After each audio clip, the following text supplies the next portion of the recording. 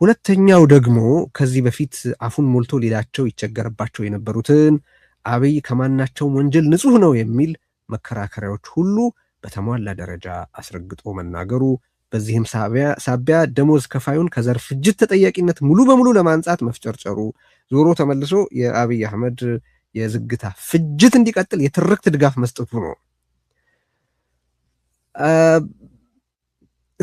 እዚህ ቃለ ምልልስ ላይ እንዳልኩት በተለይ አሁን ትናንትና ተለቆ የተመለከትነውን ቀዳሚ ክፍል ብትመለከቱ የምትደርሱበት ድምዳሜ ጌታቸው ያለው 100% እውነት ከሆነ አብይ አህመድ መልአክ ተደርጎ መሳል ያለበት ነው የሚለው ጌታቸው ረዳ።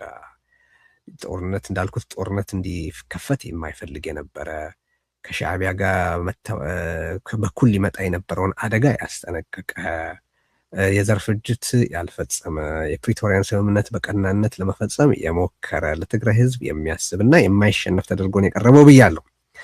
ሶስተኛው በጣም ነገሩን አሳዛኝ የሚያደርገው አስገራሚም ባይሆን ከህወሓት ባልደረቦቹ ጋር ያለበት ፍግፍግ ያው የራሳቸው ጉዳይ ሆኖ በርካታ የህዝብ ልጆች የተሰዉበትን እንደ ህብረተሰብም ሆነ እንደ ግለሰብ የመቀጠል ተጋድሎ ለአብይ አህመድ ተራ የፕሮፓጋንዳ ፍጆታ ሲባል ሲያጣጥለው ማየታችን ነው። በዛ በኩል የተደረገውን ሁሉ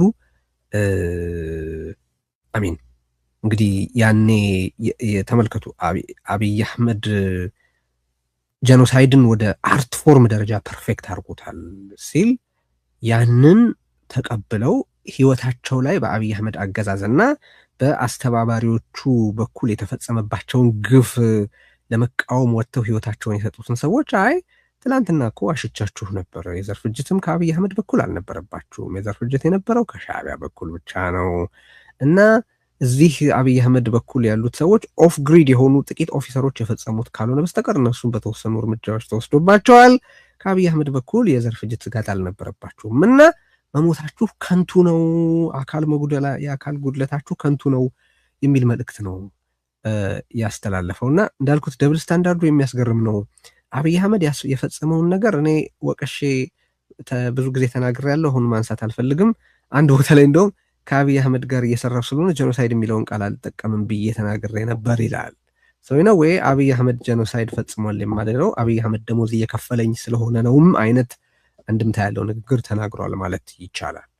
አብይ አህመድ ያደረጋቸውን ወንጀሎች ሁሉ በሆነ በኤክስኪውዝ በይቅርታ በመረዳት ያልፋቸውና ባልደረቦቹን በተመለከተ ያለው አስተያየት ደግሞ በአንጻሩ ፍጹም ተቃራኒው ነው። ግን ከባልደረቦቹ ጋር ያለበት ማፈጋፈግ እኔ ግድ አይሰጠኝም፣ በኋላ መለስበታለሁ። እሱም ግን አሁን ጌታቸው ረዳ እየተጫወተው ያለው ሚና የዳንኤል ክብረት ተፎካካሪ የቤተ መንግስት አጫዋችነት ስለሆነ ነው እነዚህን ቃል ምልሶች እየዞረ እየሰጠ ያለው። ነገር ግን እንዳነሳሁት ቀደም ብዬ በመግቢያችንም ላይ ሁልጊዜ እንደምንለው ለታሪክ ለህሊናና ለህግ ተጠያቂነት ስንል ባነሳቸው የተወሰኑ ፍሬ ነገሮች ላይ አስተያየቶቻችንን እናቀርባለን። ስለዚህ ደግሜ ልናገረው ይህንን ነገር የዚህ ነገር ባለ አድራሻ የዚህ የዛሬ ዝግጅታችን ባለ አድራሻ ጌታቸው ረዳ አይደለም።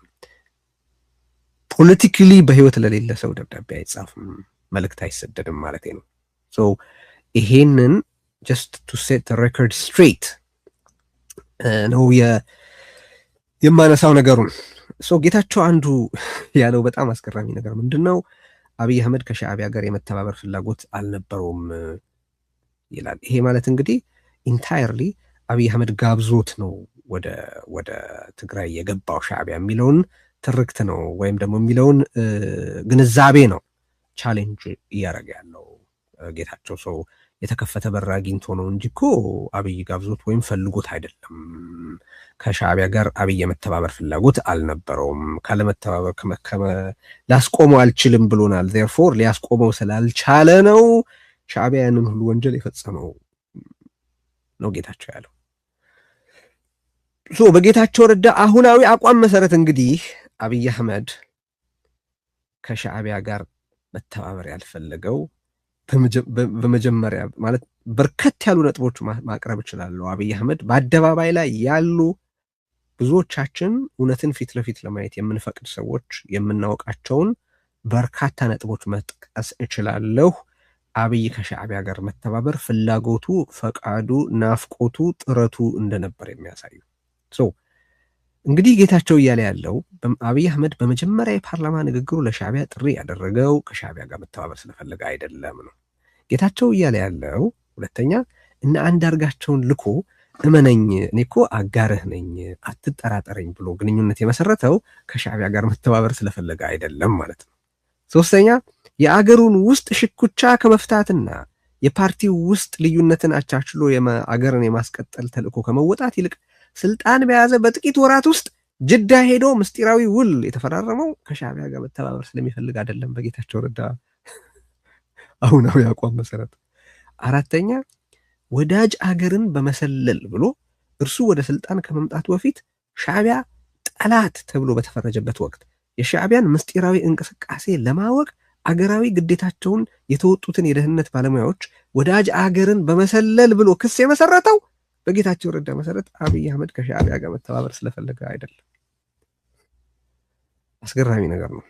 አምስተኛ በኒውዮርክ ታይምስ ዘገባ መሰረት እንኳ በይፋና በድብቅ ከ14 ጊዜ በላይ ከኢሳያስ ጋር አብይ አህመድ የተገናኘው ከሻዕቢያ ጋር መተባበር ስለፈለገ አይደለም በጌታቸው ረዳ አቋም መሰረት። ስድስተኛ ኢሳያስ 2 ጊዜ እንደውም ከዚያ በላይ በምስጢር አዲስ አበባ መጥቶ ስለ ጦር ቅንጅቱ ከአብይ አህመድ ጋር የተነጋገረው አብይ አህመድ ከሻዕቢያ ጋር መተባበር ስለፈለገ አይደለም በጌታቸው ረዳ ግንዛቤ እና አሁናዊ የደሞዝ አቋም መሰረት።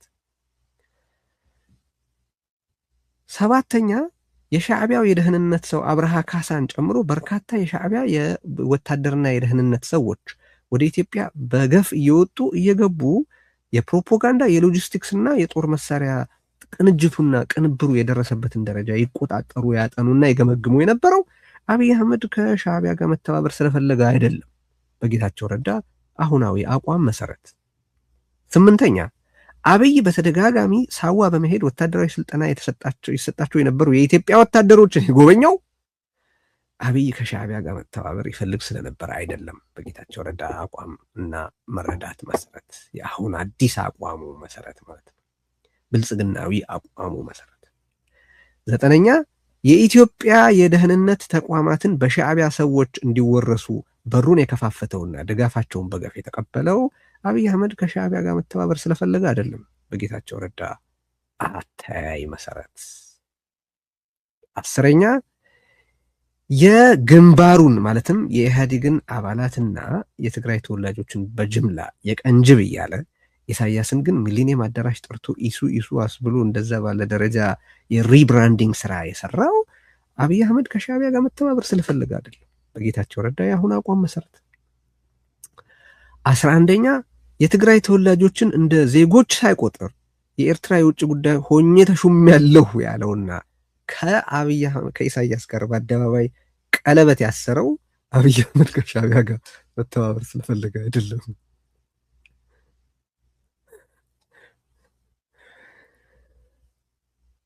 12ኛ የሻዕቢያ በትግራይ ፖለቲካዊ ህጽቦ እናካሄዳለን መግለጫን ያልተቃወመው በአገሬ ጉዳይ ጣልቃ መግባት የለብህም ያላለው እንዲያውም ከሻዕቢያ ጋር መሰል ቃላት ሐረጋትና ትርክት እየተወራረሰ በማናቸውም በትግራዋይ ሁሉ ላይ የጥላቻ ፕሮፓጋንዳ ያካሄድ የነበረው አብይ አህመድ ከሻዕቢያ ጋር መተባበር ስለፈለገ አይደለም በጌታቸው ረዳ መረዳት መሰረት።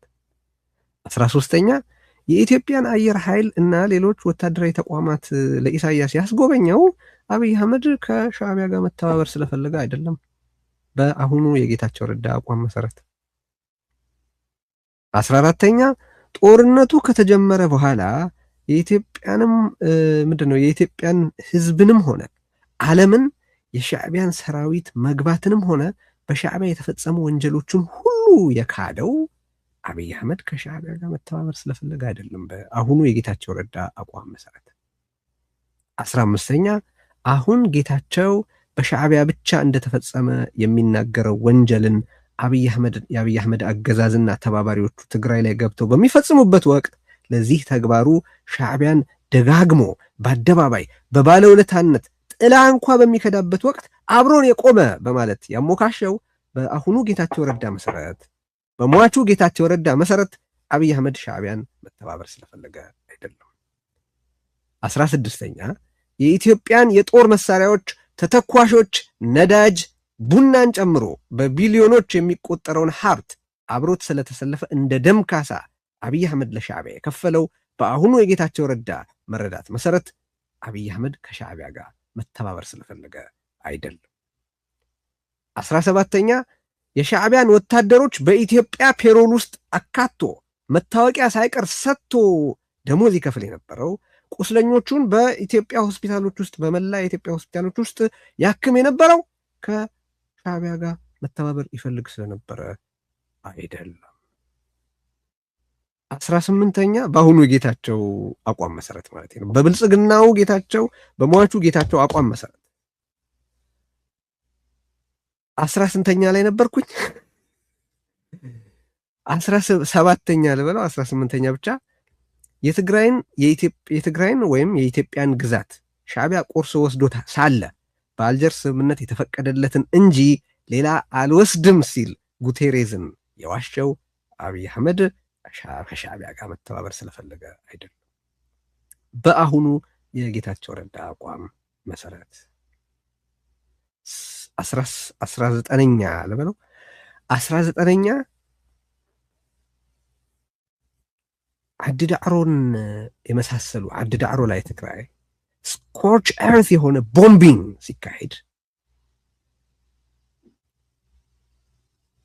በየቦታው ይፈጸም የነበረውን ዘግናኝ ግድያ፣ ደፈራ፣ ዘረፋ በአደባባይ ላይ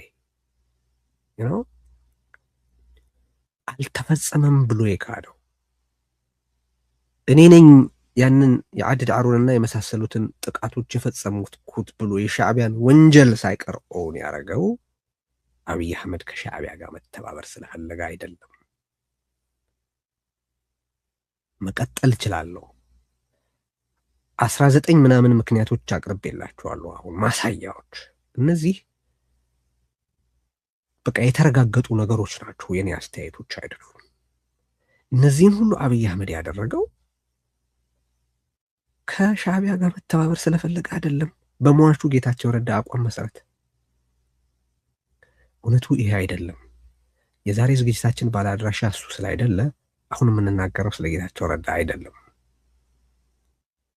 እውነቱ ግን ታሪክ እንዲሰንደው እኔ በቻልኩት መጠን እነዚህን 10 ምናምን ማሳያዎች አመጣሁ እንጂ ሌሎች በርካታ ማሳያዎች ማቅረብ ይቻላል። ሻዕቢያን ወደ ኢትዮጵያ ፖለቲካና ውትድርና የጋበዘው አብይ አህመድ ለመሆኑ እና 20ኛ ልጨምር በኋላ የሻዕቢያን መግባት ዓለም አቀፍ ሚዲያዎችና ተቋማት ካረጋገጡ በኋላ አይ ህወሓት ነው ሮኬት ጋብዞ የጠራው ብሎ ለሻዕቢያ የፕሮፓጋንዳ ድጋፍ የሰጠው ከሻዕቢያ ጋር መተባበር ስለፈለገ አይደለም። በአሁኑ በሟቹ የጌታቸው ረዳ አቋም መሰረት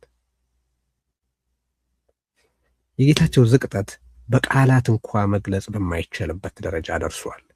ጌታቸው ረዳ ራሱን ዝቅጠትን ሆኗል ማለት ይቻላል። ግን እነዚህና ሌሎች በርካታ ነገሮች በኢትዮጵያ ታሪክ እጅግ አሳፋሪው፣ ጥቁሩ፣ ቆሻሻው ታሪክ የኢትዮጵያን ማዕከላዊ ስልጣን የያዘ አካል ኢትዮጵያን በቅኝ ገዥነትና በጠላትነት የፈረጀና ለዘመናት ከኢትዮጵያ ለመነጠል ተፋልሞ የራሴን አገር መስርቻለሁ ያለ ጄኖሳይደል የሆነን ቡድን ጄኖሳይድ ፈጽምልኝ፣ ዜጎቼን ድፈርልኝ፣ ትምህርት ቤቶች፣ የጤና ተቋማትን አውድምልኝ ብሎ የጋበዘ አብይ አህመድ አሁን የጌታቸው አለቃ ነው። በ11ኛውም ሰዓት ብልጽግናን ተቀላቀልክ፣ በአንደኛው ሰዓት የዛ ጄኖሳይደል ሬጂም አካልና አባል ከሆንክ የዘር ፍጅት ውስጥ ተጠያቂ ነህ። የጌታቸው ለውጥ ከዘር ፍጅት ተፋላሚነት ወደ ዘር ፍጅት አስፈጻሚነትና አጋርነት መሆኑ ሳይገርም አይቀርም። ግን እንዳልኩት የሚገርመው ይሁን የማይገርመው እንጃ፣ ግን ያኔ ጌታቸው ረዳ የሻዕቢያን ጣልቃ ገብነት በተመለከተ እንዴት ግምገማችሁ በዚህ ልክ በዚህ ደረጃ ተሳሳተ የሚል ጥያቄ ሲቀርብለት እኛ እኮ ጠንቋዮች አይደለንም ነበር ያለው። እንደ እውነቱ ከሆነ ጌታቸው ረዳ ህወሓት እያለ ጠንቋይ፣ ብልጽግና ሆኖ ደግሞ ደንቋይ ሆኗል። ድንቁል አድርጎ የሚቀጥፍ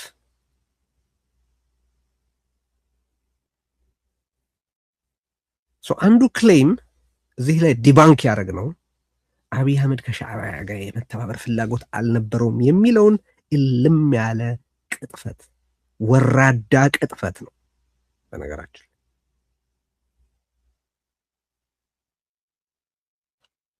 እና ይህንን ከዛ በኋላ ጨፍጫፊያቸውን በዚህ መልኩ አብዞልቭ ያደረገ በትግራይ ህዝብ ላይ የተሰባሰቡትን ጨፍጫፊዎች ሁሉ በአንድነት የሰበሰበ የዘር ፍጅት ኦርኬስትሬተር የሆነውን ሰውዬ ከዘር ፍጅት ለማንጻት እየሞከረ ከዛ በኋላ የዘር ፍጅት ሰለባ በሆኑት የትግራይ ተወላጆች ፊት እቆማለሁ ይላል። ነገ አስተዳደራቸዋለሁ፣ በፖለቲካ ውስጥ እንቅስቃሴ ያደርጋለሁ ብሎ አፉን ሞልቶ ሊያወራ ይችላል። ይሄ ከተስፋ መቁረጥ ወይ ከንቀት የሚወለድ ነው። ለመናቅ የሚሆን ምንም መሰረታዊ ምክንያት የለውም። ተስፋ መቁረጥ ነው። ኦብቪየስሊ ተስፋ መቁረጥ ደግሞ ይዞ ሟችነት ነው ቤዚክሊ የተያያዘው ጌታቸው። ይህንን በዚህ እንዝጋው። ይሄ የሻዕቢያን ጉዳይ በተመለከተ ያለውን በዚህ እንዝጋው ነው። አብይ አህመድና አገዛዙ ሁለተኛው ክሌሙ የጌታቸው ክሌም አብይ አህመድና አገዛዙ የዘር ፍጅት አልፈጸሙም፣ የዘር ፍጅት ተፈጽሟል ያልነውም በሞቅታ ነው ብሏል። ኦፍ ግሪድ ኦፊሰርስ ናቸው የፈጸሙት የሚል አንድምታ ያለው ነገር ተናግሯል። ማለት ያው ጠላት ሲመጣ እኮ አትመርቀውም እና ጠላትን ስለማትመርቀው ያው በተገኘው ሁሉ ነው እንጂ የምትጠራው። አሁን ሳስበው ወደ ኋላ ሳየው እነዛ ቃላትን ማለት በትግራይ ላይ በአብይ አህመድ አገዛዝ ጄኖሳይድ ተፈጽሟል ማለቴ ስህተት ነው ብሏል። ሻዕቢያ እንዳይገባ አንዋጋ ሻዕቢያ መጥቶ ኤክስፕሎይት እንዳያረገን ብሏል ካለው ቀጥሎ ወይም በተያያዥ በጣም አሰቃቂውና ለስነዳውና ለእውነታዊ ያክል to set the record straight ዲል መደረግ ያለበት መታየት ያለበት ክሌም አብይ አህመድ የዘር ፍጅት አልፈጸመም፣ ጦርነት እንዲጀመርም ፍላጎት አልነበረውም ማለቱ ነው። እና እዛ ላይ ያው በዚህ ቃለ ምልልስ ጌታቸው ረዳን የሚጠይቀው ብሩክ ከበደ ነው። ብሩክ ከበደ ከቢሮክራሲ ዙሪያ የማይጠፋ ጅብ ነው። በኢህአዴግም ወቅት ዋናው የአብዮታዊ ዲሞክራሲ አይዲዮሎግ ነኝ ባይ፣ አሁን ደግሞ ብልጽግናን ከሆነ ርቀቱ ኤክስትራ ማይል ሄዶ ለመከላከል የሚሞክር አንድ ገንዘብና